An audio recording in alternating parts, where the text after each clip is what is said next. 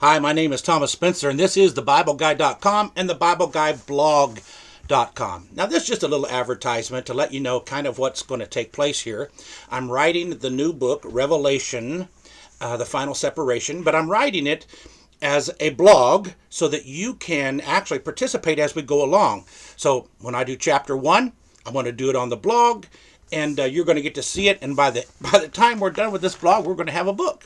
So anyhow, thanks for coming along and coming on the journey. I finally feel qualified to teach in detail the timeline that I got out of Ira Surface's book, which was written over 100 years ago, and the timeline copyrighted 1921, of the end time events from the book of Daniel all the way to the end of Revelation. So I'm now going to finally humbly teach it in detail. Now, some of you have had the timeline for a couple of years, so get those timelines out and get some colored pencils, because we're going to color on this timeline to divide it up.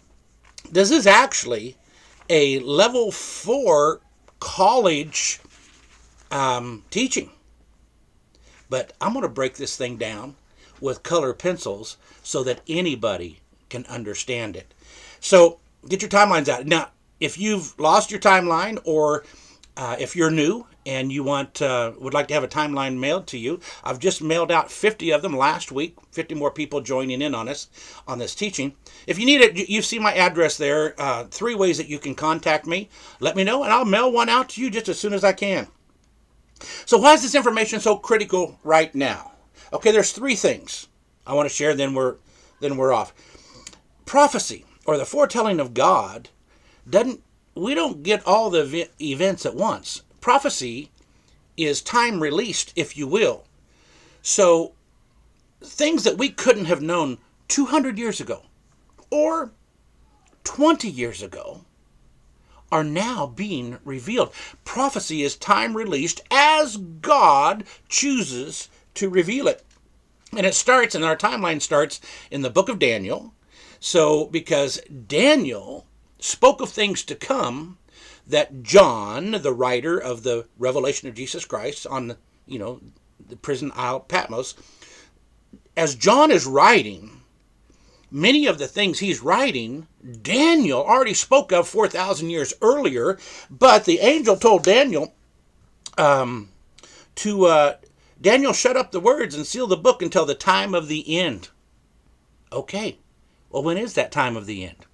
It's now. It's 2024. That's when we're starting writing this book. So prophecy is time released. The second thing, though, is the disciples were standing with Jesus right outside the temple. Now, here's the picture. And Jesus, they asked the question, when will these end times be, and what will be the signs of your coming? Well, the first thing Jesus says, he's looking at the temple, and he says, this temple is going to be destroyed. There won't be one stone left upon another. Now, the interesting thing is, Jesus is crucified, goes into the grave, he resurrects from the dead, he speaks to his disciples, and in Acts chapter 1, then we see Jesus ascend. And then just a few years after that, Rome comes in, and what does Rome do? Destroys Jerusalem and destroys the temple, and there's not one stone left upon another. Now, this should grab all of our attention. Okay, so there's other signs that are listed right there in the text below that then most of the rest of those signs don't even happen until halfway through the tribulation. So, but they're there. But the key thing is, the second thing is Jesus said, when you see all of these signs that he lists and he gives to them, when you see all of these signs, now wait a minute, haven't we seen these signs? Haven't there been wars? Haven't there been pestilence? Haven't there been all of these things? Yes. But the key is, when you see all these signs happen all at the same time. Oh, and that's what we're seeing and getting ready to see. So the third one is, and there's a little teaching in the book that we'll get onto later, is the fig tree.